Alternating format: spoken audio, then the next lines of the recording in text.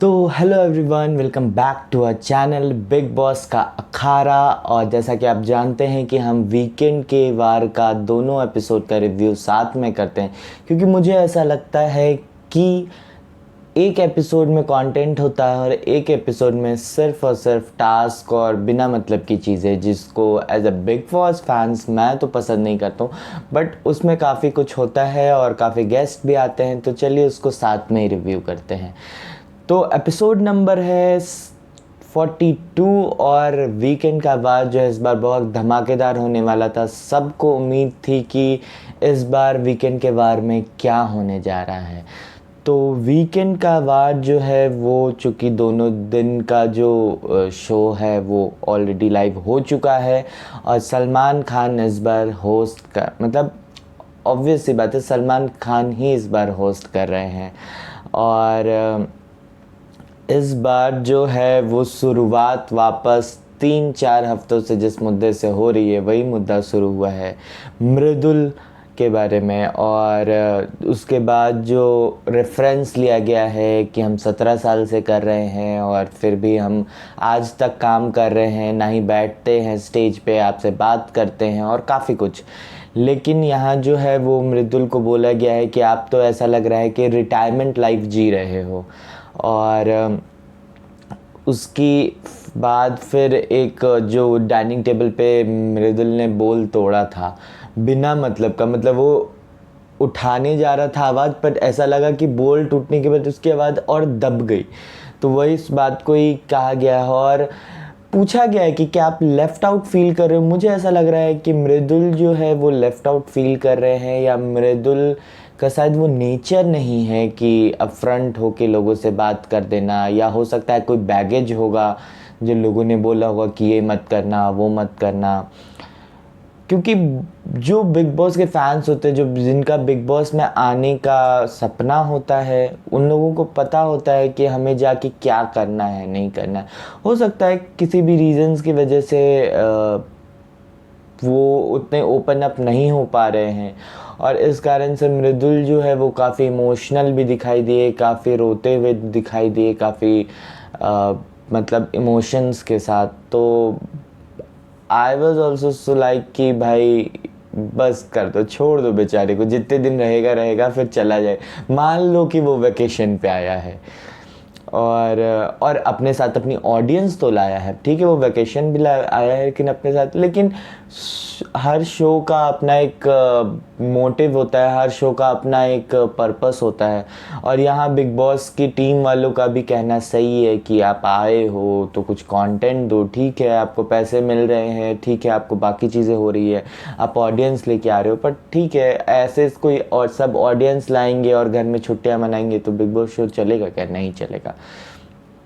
तो काफ़ी इमोशनल हो गए, मुझे भी देख के बुरा लग रहा था। उसके बाद जो है वो प्रेज़ किया गया है नीलम और तान्या को, कि नीलम और तान्या से सीखो आप कि किस तरह बिना गाली दिए हुए हर एक मुद्दे में वो बोलती हैं, हर एक मुद्दे का पार्ट होती है, और पूरा घर जो है इनके आसपास रिवॉल्व कर रहा होता है, हर एक घर के मुद्दे में इनका ओपिनियन होता है कुछ ना कुछ।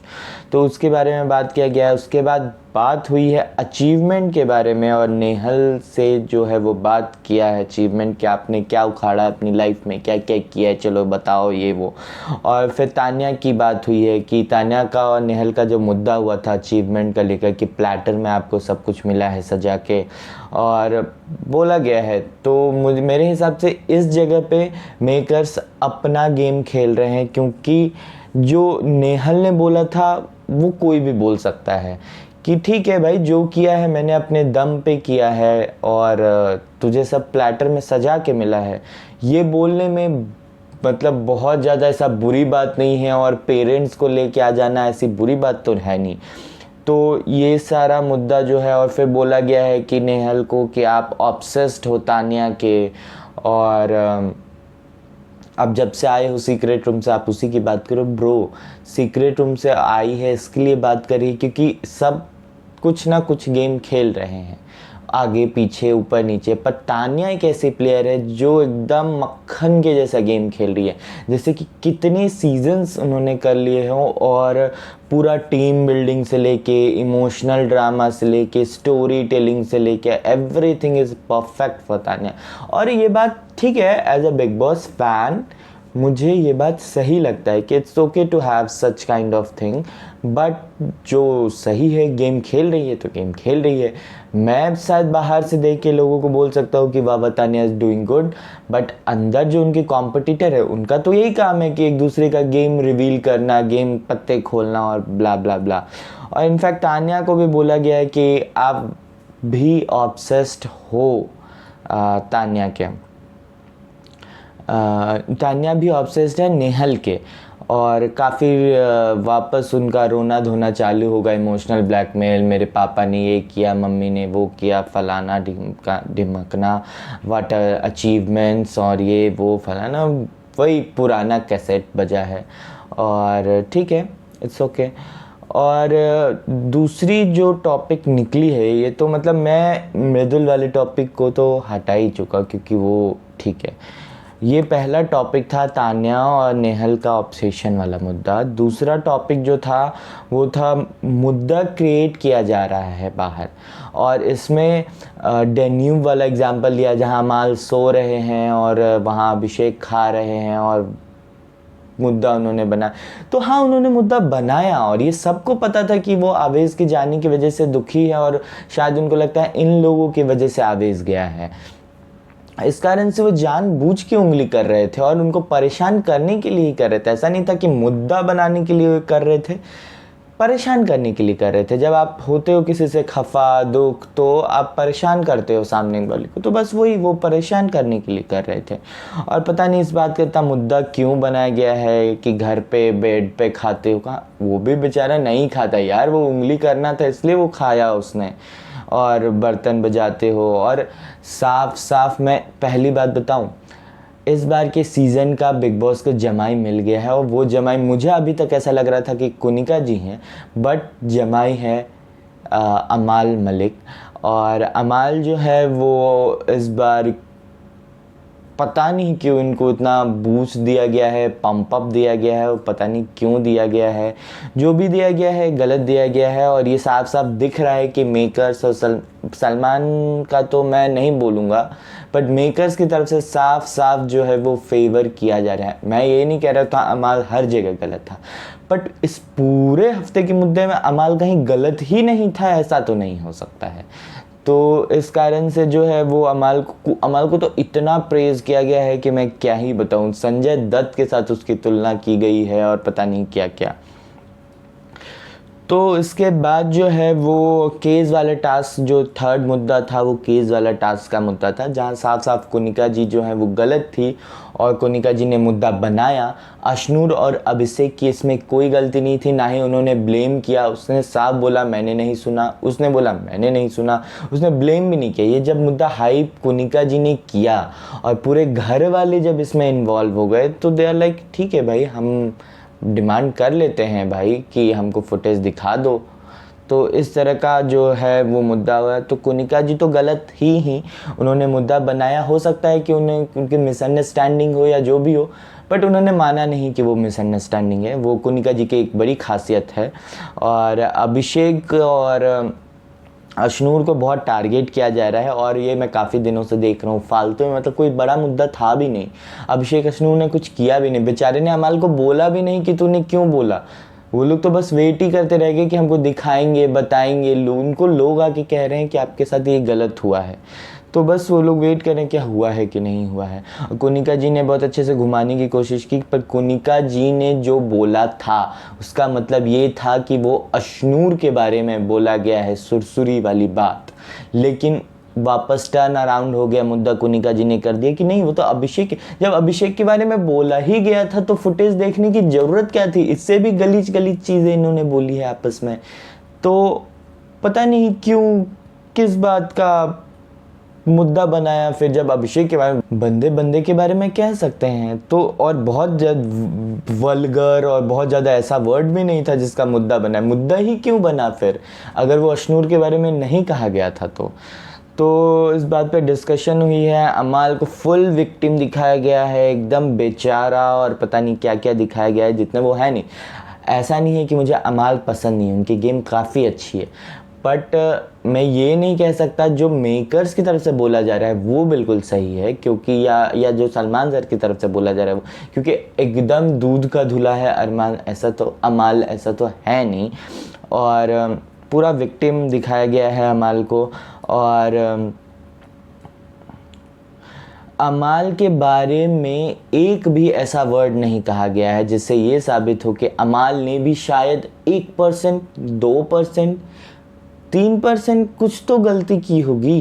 कुछ भी गलती नहीं की है मेकर्स की तरफ से। और अमाल को फुल तरह से ऐसा लग रहा था आज कि भाई मैं तो नतमस्तक हो जाऊँ अभी अमाल के सामने और उनको प्रणाम कर लूँ कि भाई माफ़ करो मुझे, शायद मैंने, गेम आप अच्छा खेल रहे हो नो डाउट, पर जो हर कोई गेम अच्छा खेलता है वो ज़रूरी नहीं है कि वो गलती नहीं करते हैं। बट हो सकता है अमाल को थोड़ा पंप अप किया जा रहा है, हो सकता है वो फिर इस पंप के कारण अगली बार फिर आने वाले हफ्ते में गलती करेंगे जैसे पिछली बार हुआ था, और फिर बाद में वापस उनको झाड़ा जाएगा। तो this game is all about अमाल। अमाल को पुचकारना है, अमाल को सीधा करना है, अमाल को सही कहना है, अमाल को गलत कहना है। अमाल एंड तान्या, दिस मच उन्हीं। तान्या तो फालतू में फुटेज दे रही है, अमाल जमाई है घर का। तो अब अमाल से हम बाहर आ जाते हैं, क्योंकि मुझे नहीं लगता कि इस बात को डिस्कस करना चाहिए ज़्यादा। और इसके बाद जो मुद्दा डिस्कस हुआ है वो माइक का मुद्दा डिस्कस हुआ है कि बेगानी शादी में अब्दुल्ला दीवाना, और यहाँ दीवाने जो थे वो जीशान कादरी और बसीर थे। तो पूरा का पूछा गया है कि क्यों ही तुम लोग हुए थे। और इसके बाद जो है वो बिग बॉस के बारे में बोला गया है कि बिग बॉस जो है एक फादर फिगर हैं, बड़े पापा की तरह हैं आपके घर में, और आप अश्नूर जो उनके साथ बदतमीज़ी करिए। कुछ बदतमीज़ी नहीं किया था अश्नूर ने। पहले सब ने बोला फुटेज देखो, कन्फेशन रूम जाओ, ये जाओ वो जाओ। वो बेचारी बोली ठीक है, मैं माइक उतारने के लिए भी उसने पहले नहीं कहा था। उसके दिमाग में सब ने कहा माइक उतारो, माइक उतारो, माइक उतारो। फिर उसने बोला कि ठीक है, अगर फुटेज नहीं दिखाया जाता है या कुछ ऐसा बोला नहीं जाता है तो ठीक है हम माइक उतारेंगे। वो बेचारी भावनाओं में सबके साथ जो है वो बह गई। इसमें अश्नूर की कोई गलती नहीं थी, और अश्नूर ने कोई डिसरिस्पेक्टफुल बात नहीं। उससे ज़्यादा मेरे हिसाब से अमाल ने डिसरिस्पेक्टफुल बात की है बिग बॉस को लेके, मेकर्स को लेके, इवन सलमान खान को लेके। मतलब जिस तरह से उन्होंने बोला, मैं नहीं जानता, ठीक है वो रेस में बोला या जो भी उनके अंदर भरा हुआ था, गुस्सा था, एंगर था, उसमें बोला, पर बोला तो सही। अश्नूर ने ऐसा कुछ नहीं बोला था। तो इस बात का भी मुद्दा उठाया, और फिर बात आ गई वही जीशान ने जब बोला था कि बकवास तो है, मैंने नहीं देखा ये वो। तो इट्स ओके, उस बात को लेके भी मुद्दा उठाया गया है, और जीशान ने बोला हाँ बोला था, गुस्से में बोल दिया, गुस्सा आया बोल दिया, इट्स ओके। तो ठीक है, बस वही बात हुआ है। और इसी के साथ जो है वो वीकेंड के बार का फर्स्ट एपिसोड जो है वो ख़त्म हो गया है। और दूसरा एपिसोड जो हमेशा होता है, प्रमोशन होता है, गेस्ट आते हैं, ब्ला ब्ला ब्ला। तो इस बार जो है वो फर्स्ट टास्क सलमान खान ने करा है, जो मिसाइल टास्क है, गाना डेडिकेट कर रहे हैं। और बसीर के कपड़ों पे वापस कमेंट किया, उन्होंने फरी कुछ पहना था, तो सलमान ने बोला क्या भाई बसीर अलास्का आए हो क्या। तो वही कमेंट किया है। उसके बाद जो है वो वापस एक टास्क हुआ है, डायलॉग जो सबकी सुनाई गई है और आपस में बताया गया है। इसके बाद देखने को मिला है कि अश्नूर और कुनिका के बीच में एक रिफ्ट क्रिएट होते दिखाया गया है। अश्नूर से अब कुनिका ने भी झगड़ा कर लिया, कुनिका ने अश्नूर से भी झगड़ा कर लिया। मतलब किसी को नहीं छोड़ने वाली है ये औरत। तभी इस घर से जाएगी जब तक हर एक इंसान को पकड़ करके पेल न दे। तो झगड़ा कर लिया है, और क्या है, तुम चंट हो और मेरे पहले दिन से जानती थी, ये वो फलाना ढिमकाना। इसके बाद जो है वो दीपक चहर जो क्रिकेटर है वो आए हैं, और पूरा ऐसा माहौल बनाया गया जैसे कि वही होने वाले हैं वाइल्ड कार्ड। पर नहीं, दीपक चहर नहीं, उनकी जो बहन है मालती चहर वो आई हैं as a new wild card. और काफ़ी अच्छी स्ट्रॉन्ग हेडेड दिख रही हैं। और देखने वाली बात होगी कि जो आने वाला हफ्ता है उसमें वो क्या करती हैं, किसको टारगेट करती हैं, किसके ग्रुप में जाती हैं, और वट एवर इट इज़। इसके बाद जो है वो एलिमिनेशन का फुल माहौल बनाया गया है, बट बाद में बोल दिया गया है इस वीक नो एलिमिनेशन। और क्यों होगा एलिमिनेशन? जितने एलिमिनेशन में आने वाले लोग थे सब फुटेज देख रहे हैं, तो बिग बॉस का सही है। जब भी कोई ऐसा लगे कि कोई फुटेज देने वाला खिलाड़ी जा रहा है, इस बार एलिमिनेशन ही नहीं होता है, पता नहीं कैसे। और इसके बाद जो है वो एल्विस यादव यानी राव साहब जो हैं वो आ चुके हैं बिग बॉस हाउस में, और एज अ गेस्ट बुलाया गया। मतलब एल्विस की ग्रोथ देख के मुझे ऐसा लग रहा है कि वाव, मतलब अभिषेक भी आके गए, he is also good person, but वो अपना एक शो होस्ट करने लेके आए थे कि, और उसमें बात किया, जो भी किया, टास्क कराया, बट एल्विश को साफ साफ बुलाया गया है एज अ एंटरटेनर और एज अ होस्ट करने के लिए, और एज अ गेस्ट बुलाया गया वो बिग बॉस की टीम की तरफ से।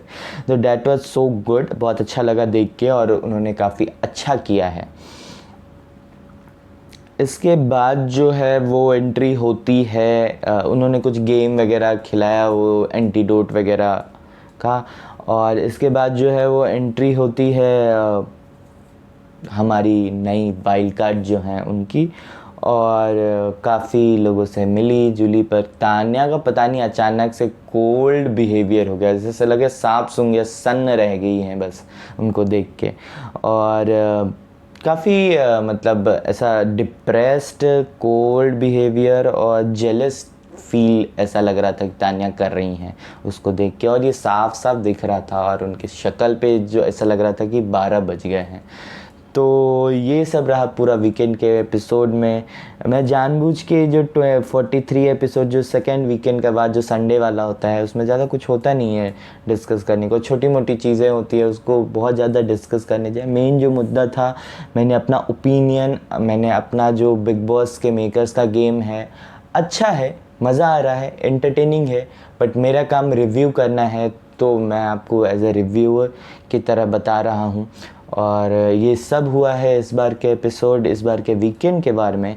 तो हमने जो एपिसोड रिव्यू किया है वो एपिसोड नंबर 42 और 43 है।